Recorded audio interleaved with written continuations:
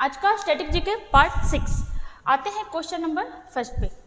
देखिएगा पहला क्वेश्चन क्या बोल रहा है, किस भारतीय शासक ने विदेशों में आधुनिक पद्धति से दूतावास स्थापित किए थे। दूतावास आज के टाइम में तो आप जानते ही हो कि जैसे अभी देखो कनाडा से कितना ज़्यादा विवाद चला, उसके दूध को यहाँ से निकाल दिया गया, यहाँ के दूध को वहाँ से निकाल दिया गया, इस टाइप का हुआ था। लेकिन प्राचीन भारत में भी हम लोग देखते हैं कि कोई एक ऐसा शासक था 1700 के लगभग में, ठीक है, कोई ऐसा शासक था जो आधुनिक रूप से क्या चला रहा था, तो दूतावास चला रहा था। चलिए आते हैं हम लोग थोड़ा सा एक्सप्लेनेशन यहाँ पे देखते हैं और काफ़ी कुछ नॉलेज गेन करते हैं। क्या हो जाएगा इसका आंसर, तो इसका आंसर हो जाएगा आपका ऑप्शन नंबर डी। कौन सा शासक, तो ये हो जाएगा टिप्पू सुल्तान। अब ये टिप्पू सुल्तान कहाँ से, थोड़ा सा हम लोग देखते हैं। जैसे अगर आप दक्षिण भारत का इतिहास पढ़ते हो, ठीक है, दक्षिण भारत का, तो आप एक नाम सुनते होंगे वाडियार वंश का, वाडियार वंश, ठीक है। वाडियार वंश ये था आपका मैसूर में, कहाँ था, मैसूर, जो आज का क्या है, आज का है आपका कर्नाटका, ठीक है। मैसूर का नाम कर्नाटक कब हुआ, तो 1973 में। वाडियार वंश में एक सैनिक था, ठीक है, छोटा मोटा सा सैनिक था, लेकिन वो अपनी योग्यता में छोटा मोटा नहीं था, बहुत ही बड़ा था। एक सैनिक था जिसका नाम क्या था, इसका नाम था हैदर अली, ठीक है, हैदर अली। वाडियार वंश जब समाप्त होने लगा 1761 में ये शासक बना, और 1761 में क्या किया, शासक बना छोटा मोटा, और 1767 में फाइनली क्या बन गया ये, तो ये बन गया आपका मैसूर का शासक। कौन, तो यही आपका हैदर अली, मैसूर का शासक। तो जितना अच्छा पिता था और जितना योग्य वाला पिता था, योग्यता वाला, उतना ही अच्छा इसका बेटा भी था। क्या नाम था उसका, तो इसका एक बेटा था जिसका नाम था टीपू सुल्तान। क्या नाम था, तो इसके पुत्र का नाम था टीपू सुल्तान, टीपू सुल्तान, ठीक है। बहुत ही काबिलियत से भरा ये लड़का था।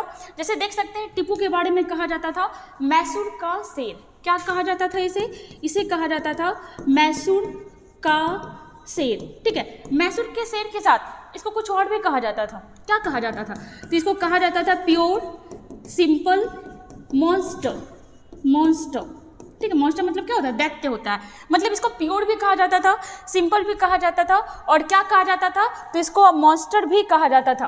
आगे देखिएगा, मैसूर का शेर टीपू सुल्तान का ही कहना था कि 100 दिन भेड़ के जैसा जीने से बढ़िया है कि एक दिन शेर के जैसा जी लो। अब इसके बारे में देखते हैं, टिप्पू सुल्तान के बारे में थोड़ा सा।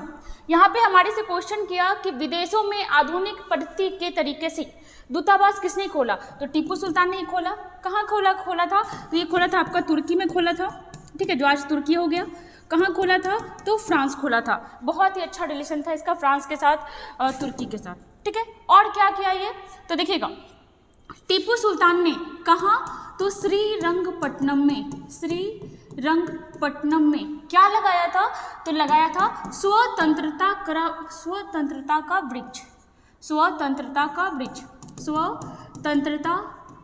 वृक्ष। साथ ही ये एक क्लब था, इसका नाम क्या था, जैकोबिन क्लब था, इसका मेंबर भी था, जैकोबिन क्लब का मेंबर। तो आप इस टाइप से याद रख सकते हो कि कितना ही मतलब बहुत ही अच्छा शासक रहा था।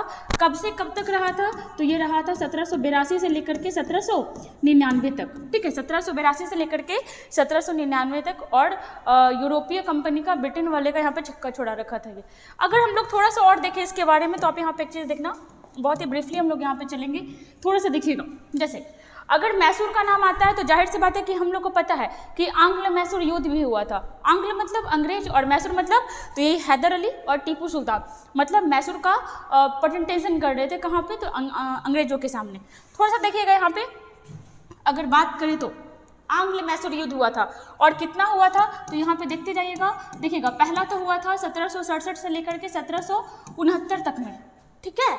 उसके बाद फिर हुआ था आपका 1780 से 1784 के बीच में, और फिर तीसरा हुआ था आपका 1790 से लेकर के 1792 के बीच में, और एक डेट आप और याद रखोगे 1799। क्या हुआ था इसमें, तो ये हुआ था आपका आंग्ल मैसूर युद्ध। क्या हुआ था, आंग्ल मैसूर युद्ध। चलो आ जाओ आगे आओ। अब देखिएगा, अगर बात करें तो 1767 से लेकर 1769 तक यहाँ पे गवर्नर कौन था, तो ये था आपका लॉर्ड वेरीलस्ट, उसके बाद आइएगा 1780 से 84 के बीच हम लोग जानते हैं कि 1773 का जो रेगुलेटिंग एक्ट आया था उसके तहत बंगाल के गवर्नर को बंगाल का गवर्नर जनरल बना दिया गया था। और कौन बन के आया था? तो ये आया था आपका Warren Hastings, Warren Hastings. Next आते हैं 90 से 92 के बीच कौन था? तो 90 से 92 के बीच था आपका कॉर्नवालिस, बहुत इंपॉर्टेंट नाम, कॉर्नवालिस, ये था आपका गवर्नर जनरल। और 1799 में कौन था? तो ये था आपका वेलेज़ली, वेलेज़ली, सहायक संधि भी ये लाया था। आगे देखिएगा, ये सारा युद्ध हुआ था तो इस समय इन लोग क्या थे? बंगाल के गवर्नर रहे थे या बंगाल के गवर्नर जनरल रहे थे। युद्ध का समाप्ति हुआ था तो कैसे हुआ था? तो कुछ न कुछ संधि से हुआ था। आते हैं पहला वाला संधि। पहला वाला कौन सा संधि हुआ था? तो पहला वाला हुआ था मद्रास की संधि, मद्रास की संधि। दूसरा वाला? तो दूसरा वाला हुआ था आपका मैंगलोर की संधि, मैंगलोर की संधि। और आप एक चीज़ याद रखना कि इसी युद्ध में, इसी वाले युद्ध में हैदर अली का क्या हो गया था? मृत्यु हो गया था। ठीक है, हैदर अली का मृत्यु हो गया था और उसी समय से टीपू सुल्तान कमान संभाला था। और यहाँ पे क्या हो जाएगा?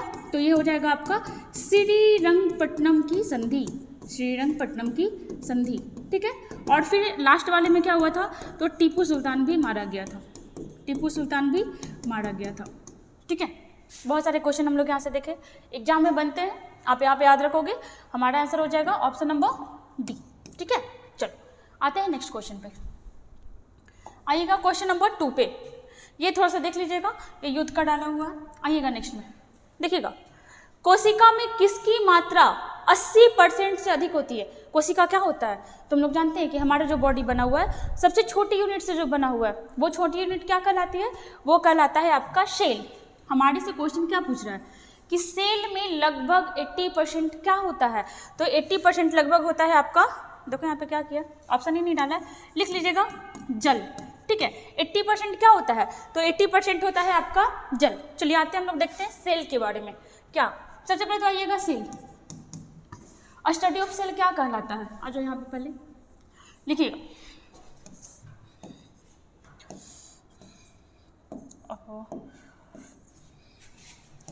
चलिए आइएगा यहाँ पे देखिएगा, स्टडी ऑफ सेल क्या हो रहा है?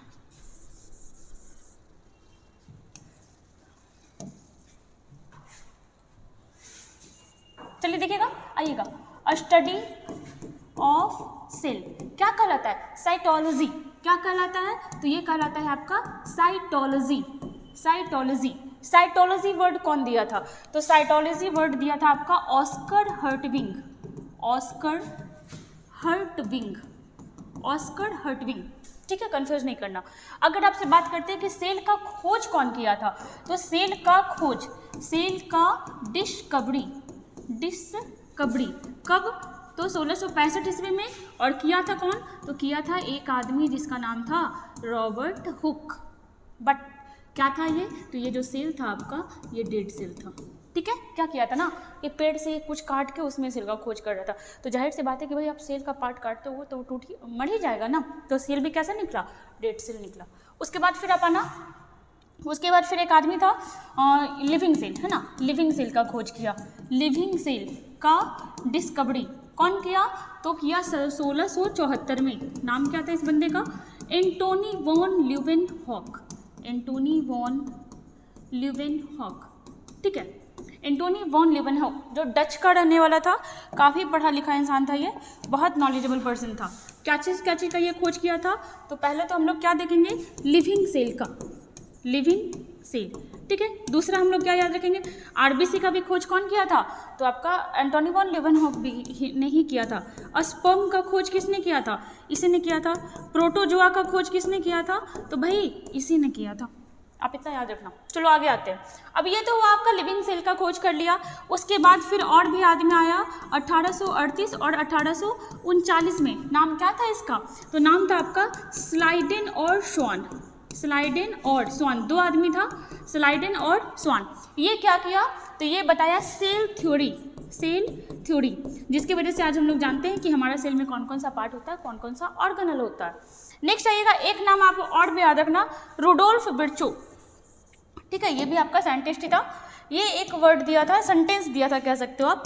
क्या दिया था? तो ये था आपका ओमनिस सेलुला, ओमनिस सेलुला ए सेलुला।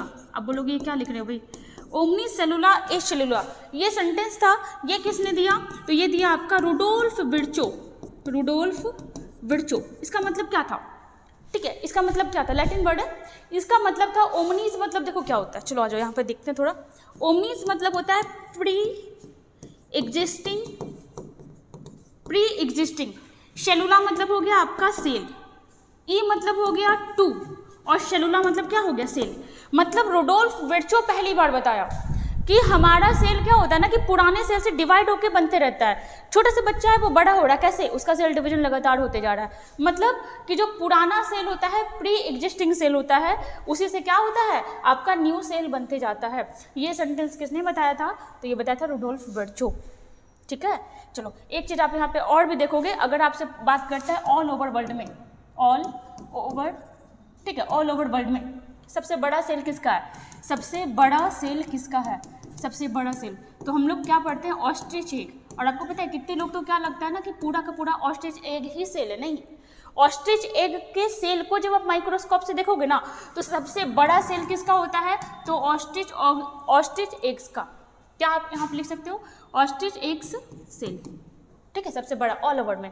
सबसे छोटा आपसे पूछेगा तो आप क्या बताओगे, आप बताओगे माइकोप्लाज्मा, माइकोप्लाज्मा, ठीक है। अब आ जाओ, आपसे पूछ रहा है ह्यूमन बॉडी का, ठीक है, अब आपसे पूछ रहा है ह्यूमन बॉडी का, ह्यूमन बॉडी।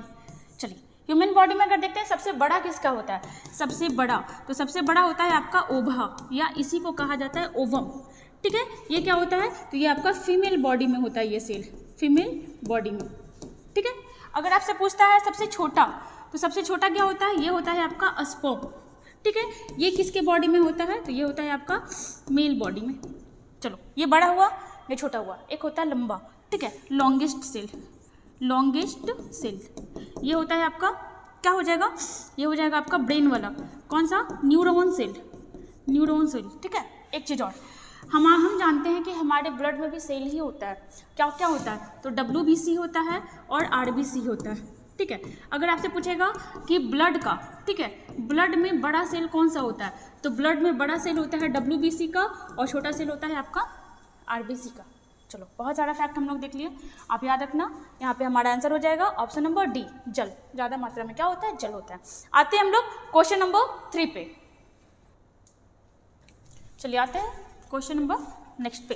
देखिएगा, मालवा का पठार किस राज्य का हिस्सा नहीं है, मालवा का पठार, पठार क्या होता है, तो पठार होता है आपका मैदानी भूमि से ऊंचा क्षेत्र, जो ऊपर जाकर के क्या हो गया हो, इस टाइप का समतल हो गया हो। अगर इस टाइप का हो जाएगा तो वो क्या हो जाएगा, चोटी, मतलब सर्वोच्च चोटी, और ये इस टाइप का जो हो जाएगा तो ये क्या हो जाएगा, ये हो जाएगा आपका पठार। चलो आते हैं यहाँ पे, क्वेश्चन पूछ रहा है कि मालवा का पठार किस राज्य का हिस्सा नहीं है, तो ये आपका राजस्थान में है, गुजरात में है और मध्य प्रदेश में है, तो यहाँ पे हमारा आंसर क्या हो जाएगा, महाराष्ट्र। मालवा का पठार जो है आपका महाराष्ट्र में नहीं फैला हुआ है। चलो आ जाओ आगे, यहाँ पे कुछ कुछ देखते हैं। अगर देखें तो ये जो आपका मालवा का पठार है, इसकी सबसे ऊंची चोटी, मतलब ये भी जाता तो ऐसा नहीं है कि यहाँ पे समतल हो जाता है, थोड़ा थोड़ा ऊबड़ खाबड़ रहता है, तो इसका भी जो सबसे सर्वोच्च चोटी होता है, ठीक है, इसका भी जो आपका सर्वोच्च भाग है वो क्या कहलाता है, इसका जो आपका सर्वोच्च भाग है ये कहलाता है आपका सिगार, सिगार चोटी। कितना ऊंचा है, तो मात्र 881 मीटर, मात्र 881 मीटर, और सर्वाधिक जो ऊंची चोटी है ये है कहाँ, तो यह है आपका कहाँ, मध्य प्रदेश में। चलो आगे आ जाओ, और क्या देख सकते हैं हम लोग, इसका आंसर हो जाएगा हमारा option number C, Madhya Pradesh में तो फैला है, और सबसे ऊंची चोटी है वो भी कहाँ है, वो आपका 881 मीटर मध्य प्रदेश में। देखो अब यहाँ पे ऊंची चोटी का बात आया तो हम लोग थोड़ा सा देख लेते हैं वर्ल्ड में, पहला, दूसरा, तीसरा, चौथा, पांचवा। चलो आ जाओ पहला, अगर पूरे वर्ल्ड में देखते हैं कि सर्वोच्च चोटी कौन सी है, तो ये हो जाएगा आपका माउंट एवरेस्ट। माउंट एवरेस्ट कितनी है ऊंची, तो 8848, कहीं कहीं आपको 8850 मीटर भी मिलेगा। कहाँ है ये, तो ये है आपका नेपाल में, और इसका नाम क्या मिलता है नेपाल में, सागर माथा। नंबर सेकंड में आइएगा, देखिएगा सेकंड पे सर्वोच्च कौन है, तो ये है आपका K2, या इसी को कहा जाता है गॉडविन ऑस्टिन। गॉडविन ऑस्टिन कितना ऊंचा है, तो 8611 मीटर। कहाँ 8600 और कहाँ 800, 8611 मीटर। और ये है कहाँ, ये आपका पड़ता है पीओके वाले रीजन में। नंबर 3 में आइएगा, 3 में हो जाएगा आपका कंचनजंगा। कंचनजंगा कितना ऊंचा है भाई, तो ये है आपका 8586 मीटर। कहाँ पड़ता है, तो ये पड़ता है नेपाल, ठीक है, नेपाल और भारत के सीमा पर, नेपाल और भारत के सीमा पर। भारत में पूछ लेगा तो सिक्किम में। चलो आ जाओ, आगे आ जाओ। नंबर 4 पे देखते हैं, 4 पे क्या हो जाएगा, तो 4 पे हो जाएगा आपका लहोत्से। लहोत्से कितना ऊंचा है, तो 8516 मीटर। कहाँ पड़ता है, तो पड़ता है आपका नेपाल में, चीन में और तिब्बत में। वैसे तिब्बत बोलना सही नहीं होगा क्योंकि तिब्बत तो अब चीन के अंतर्गत ही आता है ना। चलो एक और देख लो, 5 नंबर में आ जाएगा। 5 नंबर में हो जाएगा आपका मकालू, मकालू पर्वत, ठीक है, कितना है, तो ये है आपका 8485 मीटर। और ये कहाँ पड़ता है, तो ये भी आपका नेपाल वाले रीजन में पड़ता है, नेपाल और चीन वाले रीजन में। यहाँ पे हमारा आंसर हो गया ऑप्शन नंबर सी, ठीक है। चलिए आते हैं क्वेश्चन नंबर नेक्स्ट पे।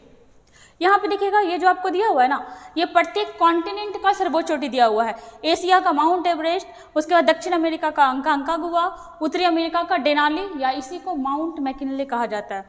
और फिर आपका अफ्रीका का हो जाएगा माउंट किलिमंजारो, यूरोप का हो जाएगा माउंट एल्ब्रूस, अंटार्कटिका का विंसन मैसिफ और आपका ऑस्ट्रेलिया का माउंट कॉस्क्विस्को, ठीक है। चलो आते हैं क्वेश्चन नंबर 4 पे। विभिन्न राज्यों के उच्च न्यायालयों में, मतलब हाईकोर्ट में, न्यायाधीशों की संख्या कौन तय कर सकता है? क्या हो जाएगा भाई आंसर, देखिएगा ऑप्शन नंबर ए संसद। मतलब प्रत्येक हाईकोर्ट में कितने जज होंगे, नहीं होंगे, कौन तय करता है, तो ये करता है संसद। आप एक चीज याद रखना, जैसे हम लोग पढ़ते हैं कि सुप्रीम कोर्ट में कितना जज है, तो सुप्रीम कोर्ट में जज है 1 + 33, एक मुख्य जज है और एक आपका अन्य न्यायाधीश है। लेकिन आपका हाई कोर्ट में कुछ नहीं बताया गया है कि कितना, हाई कोर्ट के जज के बारे में नहीं बताया गया है कि इतने के अंडर में या इससे ज़्यादा नहीं होना चाहिए, वो छोड़ दिया गया है संसद और राष्ट्रपति के विवेक पे। बात करें हाई कोर्ट के बारे में, तो भारत में टोटल हाई कोर्ट कितना है, ये है आपका 25, ठीक है। अगर आपसे पूछता 25वें नंबर का, मतलब लास्ट नंबर का कौन बना था, तो ये बना था अमरावती, अमरावती हाई कोर्ट, ठीक है। भारत में हाई कोर्ट की स्थापना 1861 के एक्ट से कब हुआ, 1862 में। और पहली बार कहाँ हुआ, तो पहली बार हुआ कोलकाता में, ठीक है। चलो आगे हम लोग और देखते हैं इसके बारे में। अगर बात करते हैं कि हाई कोर्ट का चर्चा, हाई कोर्ट का चर्चा किस भाग में है, तो भाग 6 में है, ठीक है, भाग 6 में है। और अगर आपसे पूछ लेता आर्टिकल, आर्टिकल कहाँ से कहाँ तक, तो ये हो जाएगा आपका 214 से 231 तक, ठीक है। उसके बाद आइएगा, अगर बात करते हैं हाईकोर्ट की हाईकोर्ट में जो जज है उसकी नियुक्ति कौन करता है, नियुक्ति, तो नियुक्ति कौन करता है, नियुक्ति करता है राष्ट्रपति।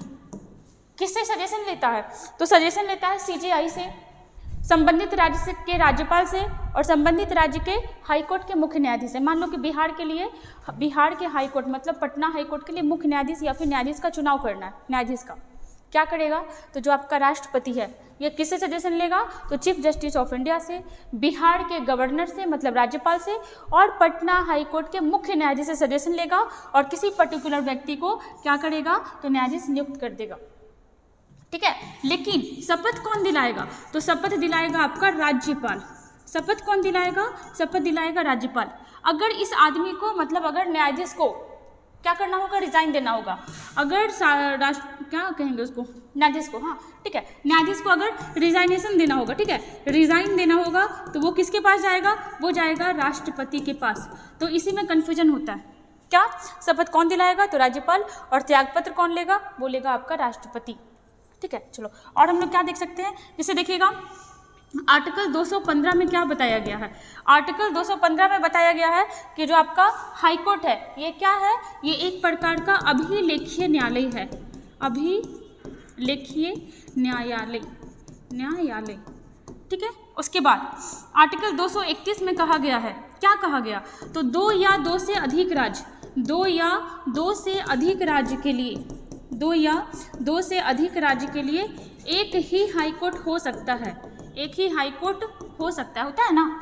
जैसे आप देखो केरल वाले में लक्षद्वीप का भी मामला दिखता है, केरल का भी, कोलकाता वाले में क्या होता है, तो अंडमान निकोबार का भी दिखता है, कोलकाता का भी, मुंबई वाले में महाराष्ट्र का भी दिखता है, गोवा वाला का भी, तो ये सब चीज़ होता है। चलो आर्टिकल 226 में क्या बताया गया है, तो जो हाई कोर्ट है ये क्या निकालेगा, ये रीट निकालेगा। किसके लिए, अगर कोई हमसे हमारा मौलिक अधिकार छीनता है तो, ठीक है। अगर और क्या देख सकते हैं इसके बारे में, तो जो आपका हाईकोर्ट का जज है इसके लिए क्वालिफिकेशन क्या है, क्या है क्वालिफिकेशन, तो क्वालिफिकेशन होता है कि सबसे पहले तो आप भारतीय नागरिक होने चाहिए, भारतीय नागरिक। दूसरा, किसी भी लोअर कोर्ट में, किसी भी लोअर कोर्ट में आप 10 साल के लिए या तो जज रहोगे या फिर 10 साल के लिए किसी हाई कोर्ट में, 10 साल के लिए आप किसी भी लोअर कोर्ट में जज रहोगे या फिर 10 साल के लिए किसी भी हाई कोर्ट में आप क्या रहोगे, एडवोकेट। जरूरी नहीं है कि आप पटना हाई कोर्ट में ही 10 साल के लिए एडवोकेट हो, कहीं भी टोटल हाई कोर्ट जोड़ जाड़ के आपका 10 साल पूरा होना चाहिए कि आप वहाँ क्या रहे हो, तो एडवोकेट रहे हो, ठीक है। ये चीज़ होता है। उसके बाद जो हाई कोर्ट का जो मुख्य न्यायाधीश होता है उसका सैलरी कितना होता है, तो उसका सैलरी होता है आपका 2.5 लाख। और जो अन्य होता है उसका कितना होता है, तो उसको क्या बोल देंगे हम लोग, 2.25 लाख, है ना, 2,25,000, ठीक है। ये क्या होता है, अन्य न्यायाधीश का। हाई कोर्ट में भी ऐसा ही होता है, मतलब एक मुख्य होता है और अन्य होता है। एक चीज़ आप और याद रखोगे, मान लो कि पटना हाई कोर्ट में अभी जो जज है, ठीक है, पटना हाई कोर्ट में जो अभी जज है, जब वो जज के पद से रिटायर होते हैं, क्या है क्राइटेरिया रिटायर होने का, तो अगर इनका खुद का एज कितना साल हो गया हो, 62 वर्ष, तो ये क्या हो जाएंगे, रिटायर हो जाएंगे। अगर ये पटना हाई कोर्ट से रिटायर हुए हैं तो दोबारा इसी हाई कोर्ट में वकालत नहीं कर सकते हैं, दोबारा इसी हाई कोर्ट में वकालत नहीं कर सकते हैं, जबकि किसी अन्य कोर्ट में या सुप्रीम कोर्ट में वकालत कर सकते हैं, ठीक है। चलो आप इतना फैक्ट याद रखना, यहाँ पे हमारा आंसर हो जाएगा ऑप्शन नंबर ए, संसद। चलो आते हैं क्वेश्चन नंबर नेक्स्ट पे, चलिए देखिएगा क्वेश्चन नंबर 5। वृक्क बोले तो किडनी, है ना, किडनी प्रतिदिन लगभग, क्या हो गया, वृक्क प्रतिदिन लगभग कितने लीटर रक्त का शुद्धिकरण करता है, फिल्ट्रेशन करता है ना, कितने करता है, तो चलिए यहाँ पे हम लोग देखते हैं। अगर बात करें वृक्क के बारे में, किडनी के बारे में, तो हमारे बॉडी में कितना होता है, एक पेयर होता है, एक पेयर होता है ना, इस टाइप का मतलब होता है, इस टाइप से। चलो आगे आ जाओ।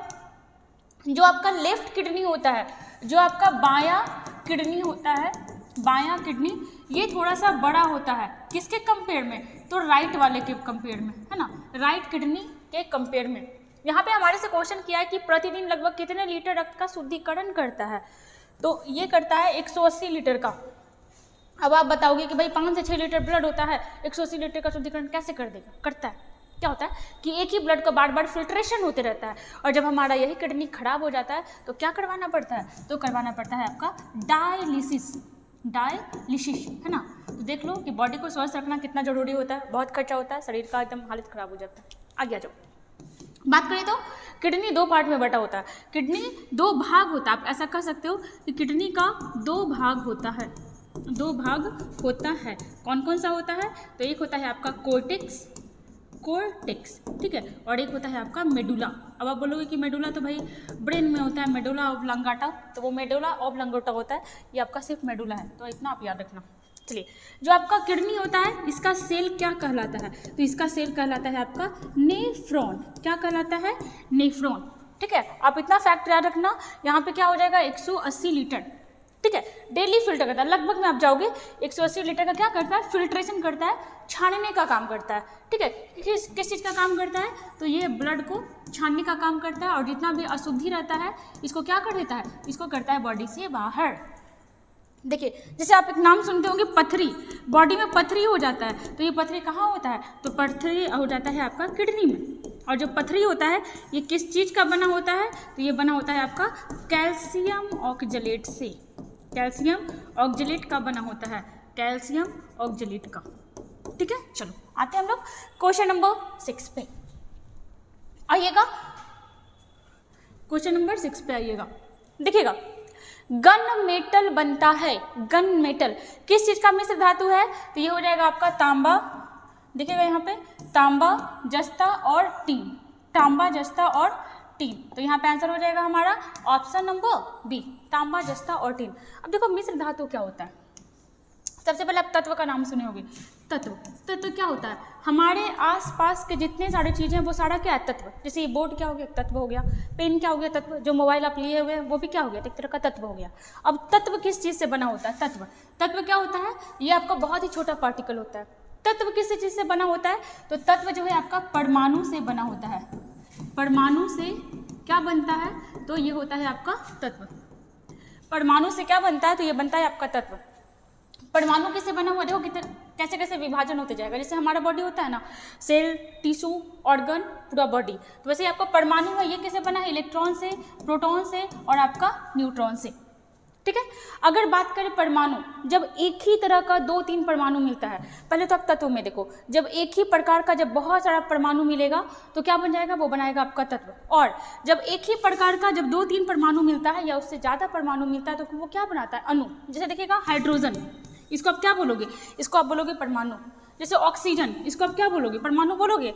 और देखो एक और हाइड्रोजन ले लेते हैं, और जब हम इसको इकट्ठे जोड़ दिए, तो ये क्या बना दिया? ये बना दिया आपका H2O। ये क्या हो गया? जल। तो ये था आपका, क्या था? ये था आपका परमाणु। ठीक है। और ये क्या बन गया? तो ये बन गया आपका अणु।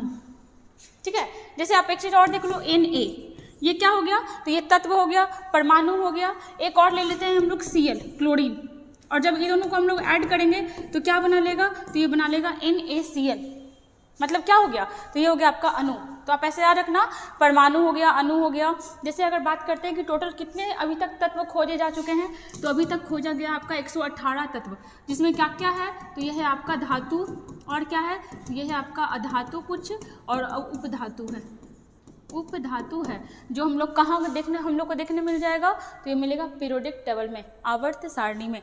यहाँ पे हमारा आंसर हो जाएगा ऑप्शन नंबर बी, तांबा, जस्ता, टिन। ठीक है।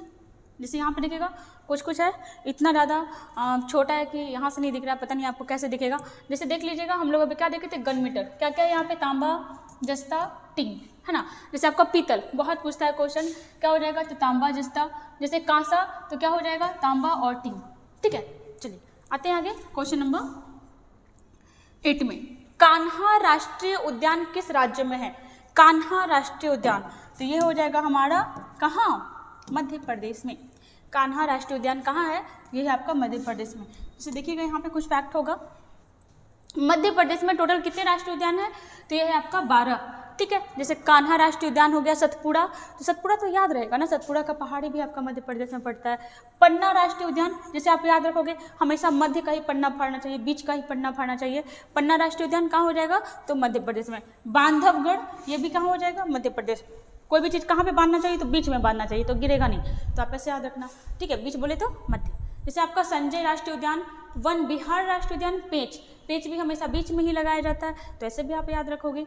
माधव राष्ट्रीय उद्यान, ओंकारेश्वर, अब ये तो याद ही रहेगा ना भाई, ये तो पटना, ये मध्य प्रदेश में। ये जीवाश्म राष्ट्रीय उद्यान पहला था। ठीक है।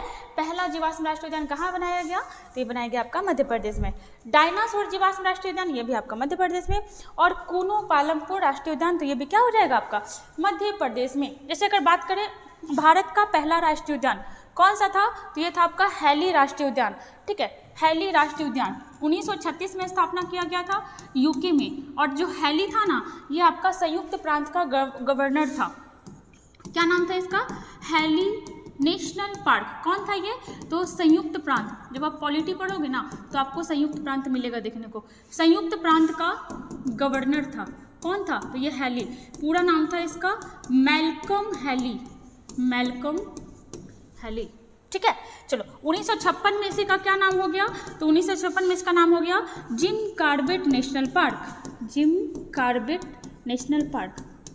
अब जिम कॉर्बेट कौन था? तो जिम कॉर्बेट एक पर्यावरणविद था, पर्यावरणविद। ठीक है। चलो अभी इसका नाम क्या हो गया? तो अभी इसका नाम हो गया Ramganga national park, Ramganga national park. आप अपने बिहार का एक नेशनल पार्क का नाम बताना, ठीक है, कमेंट करना, और एक नाम बताना बिहार के राष्ट्रीय उद्यान का। चलो आगे आ जाओ।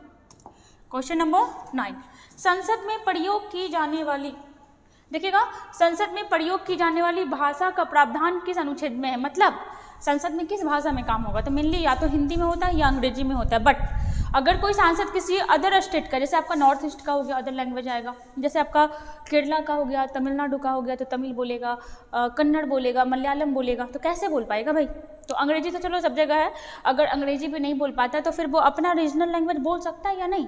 तो देखते हैं हम लोग यहाँ पे क्या हो जाएगा कि जो संसद में प्रयोग की जाने वाली भाषा का प्रावधान है, ये कहाँ किया गया है? तो आर्टिकल 120 में, क्या कहा गया कि संसद में जो काम होगा वो या तो हिंदी में होगा या तो अंग्रेजी में होगा। तो भाई कैसे बोलेगा केरला वाला और तमिलनाडु वाला? तो उसके लिए कहा गया है कि अगर आप राज्यसभा में हो, अगर आप राज्यसभा में हो तो यहाँ के सभापति, ठीक है, और अगर आप लोकसभा में हो तो यहाँ के स्पीकर से बात करके इनकी अनुमति लेकर के आप क्या बोल सकते हो, तो अपना रीजनल लैंग्वेज यूज कर सकते हो, रीजनल लैंग्वेज यूज कर सकते हो, ठीक है। वहीं अगर हम लोग देखें तो देखिएगा, अगर बात करें क्या संविधान में कहीं राजभाषा का चर्चा किया गया है, तो जी हाँ किया गया है, भाग 17 में, है ना। आर्टिकल पूछ लेगा तो आर्टिकल हो जाएगा आपका 343 से 351 के बीच, ठीक है। जहाँ लिपि का बताया गया तो लिपि बताया गया है आपका देवनागरी।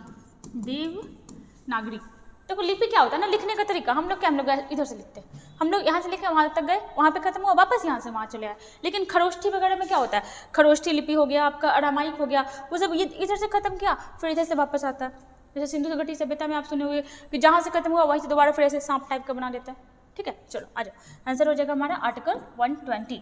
आर्टिकल 123 में क्या है, तो आर्टिकल 123 में है राष्ट्रपति का अध्यादेश, राष्ट्रपति का अध्यादेश, जिसको आप शॉर्ट फॉर्म में क्या बोल सकते हो, आप बोल सकते हो टेम्पोररी कानून, कुछ समय के लिए लाया गया कानून। चलिए आगे आ जाइएगा, इनमें से किस देश से होकर कर्क रेखा टॉपिक ऑफ कैंसर नहीं गुजरती है, ठीक है। सबसे पहले तो आ जाओ, कर्क रेखा किसे कहते हैं, तो हम लोग जानते हैं कि हमारे पृथ्वी पे अक्षांश और देशांतर रेखाएं खींची गई हैं, ठीक है। क्या है, तो ये है आपका अक्षांश और देशांतर रेखाएं, ठीक है। तो जो आप नीचे देख रहे हो, ये लेटा हुआ, ये क्या हो गया, ये हो गया आपका अक्षांश, और ये क्या हो गया, तो ये हो गया आपका देशांतर। आ जाओ, तो अक्षांश रेखा किसको कहते हैं, तो 23.5 डिग्री उत्तरी अक्षांश को, 23.5 डिग्री उत्तरी अक्षांश को क्या कहा जाता है, तो इसे कहा जाता है कर्क रेखा। अब देखो बहुत सारा देश बसा हुआ है, कहीं आपको 17 मिलेगा लिखा हुआ, कहीं 18। तो ऐसा नहीं है कि एग्जामिनर आपसे कुछ भी पूछ लेगा, कभी 17 का नाम पूछ लेगा, कभी 18 का। ऐसा पूछेगा ना कि आपको पता होना चाहिए आप मैप पढ़े हो कि नहीं। अगर आप मैप थोड़ा बहुत भी देखते होगे तो आप पता लगा सकते हो कि कहाँ पर कौन सा हो जाएगा इसमें। तो जाहिर सी बात है कि भारत में तो हम लोग पढ़ते ही हैं कि भारत का कितना राज्य, तो 8 राज्य, ठीक है। जैसे यहाँ पे आ जाओ, फिगर में क्लियर होगा। जैसे देखिएगा, ये रहा आपका टॉपिक ऑफ कैंसर। अब आप एक बात बताओ कि टॉपिक ऑफ कैंसर ऐसे जा रहा है तो इसी के आसपास में ना फैलेगा, इसी के आसपास ना गुजरेगा। आप ऑप्शन देखो ना, आपको समझ में आएगा यहाँ पे। जैसे क्या बांग्लादेश से गुजर रहा था, तो हाँ भाई गुजर रहा था। भारत से गुजर रहा था ताइवान से, चाइना के आसपास का कंट्री है, जिसको चाइना मानता ही नहीं है कि कोई कंट्री भी है। ताइवान से भी गुजरता है, नहीं किससे गुजरता है, तो श्रीलंका से। कहाँ से नहीं गुजरता है, तो श्रीलंका से। देखो भाई श्रीलंका कहाँ पर है, तो इत्तू सा यहाँ पर दिख रहा है, देखो ये रहा श्रीलंका। यहाँ पे आपका चाइना है, यहीं पे आपका ताइवान है, अपना भारत है, अपना बांग्लादेश है, सब कुछ तो अपना ही है ना। तो यहाँ पर से गुजर रहा है, बट यहाँ पे तो ऐसा नहीं है कि आपको कोई और कंट्री उठा के दे देगा, आपको ऑप्शन में दे देगा ऑस्ट्रेलिया। तो अंडरस्टूड वाला बात है भाई कि ऑस्ट्रेलिया नीचे आता है। जैसे यहाँ पे देखो ताइवान है, चाइना है, म्यांमार है, बांग्लादेश है, भारत है, ओमान। अब कितना लोग क्या करता है ना कि बुद्धू के जैसा इसी को ट्रिक से याद कर रहा है। क्यों ट्रिक से याद करना है, हम मैप देखते रहेंगे ना बार बार, ऐसे ही याद हो जाएगा। अब देखो यहाँ पे कुछ और भी हम लोग देख सकते हैं फैक्ट में। जैसे देखिएगा, अगर 2-4 बार सुन लोगे ना तो ऐसा ही याद हो जाएगा। अगर बात करें उत्तरी अमेरिका का कौन सा कंट्री, तो बहामास हो जाएगा, जो द्वीप समूह है। मैक्सिको हो जाएगा, ये कहाँ से गुजरता है, तो टॉपिक ऑफ कैंसर से। अफ्रीका में देखें तो मिस्र हो गया, लीबिया, नाइजर, अल्जीरिया, माली, पश्चिमी सहारा रेगिस्तान और मारिटेनिया। अपना एशिया इंपॉर्टेंट है। एशिया में कहाँ से, तो ताइवान से, चीन से, म्यांमार से, बांग्लादेश, भारत, ओमान, संयुक्त अरब अमीरात, सऊदी अरब से, है ना। देखो वहीं पे आपसे कभी कभी क्या पूछ लेता है ना कि कौन सी नदी कर्क रेखा को 2 बार काटती है, तो आप क्या बताओगे, माही नदी। कहाँ बहती है, तो देखिएगा 2 बार काटती है ना, मतलब 2 बार गुजरती है। तो कहाँ से, तो पहली बार तो ये मध्य प्रदेश से गुजरती है ना, ठीक है। उसके बाद फिर दूसरी बार कहाँ पर काटती है, तो दूसरी बार गुजरात में काटती है। कभी कभी स्टेट भी पूछ लेगा कि कर्क रेखा को काटती है माही नदी कहाँ पर, तो एक बार मध्य प्रदेश में और एक बार कहाँ, तो एक बार हो जाएगा आपका गुजरात में।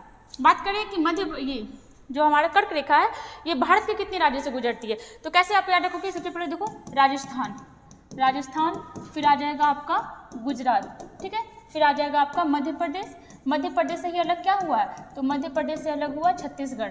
उसके बाद फिर आ जाएगा आपका झारखंड, ठीक है, क्या आ जाएगा, झारखंड, ठीक है। फिर आ जाएगा आपका वेस्ट बंगाल, फिर आ जाएगा आपका त्रिपुरा और फिर आ जाएगा आपका मिजोरम, ठीक है। मित्र पर गमछा मत झाड़िएगा, क्योंकि कभी कभी आपसे दिशा में पूछ लेता है कि पूर्व से पश्चिम बताओ, पश्चिम से पूर्व बताओ, ठीक है। इसमें आप 2-3 चीज़ और याद रखिएगा कि सबसे कम कहाँ से गुजरती है, तो ये हो जाएगा आपका, ऐसे गुजरात पहले आना चाहिए था ना, चलो कोई नहीं, समझ लेना, पहले हो जाएगा आपका गुजरात, फिर आ जाएगा आपका राजस्थान।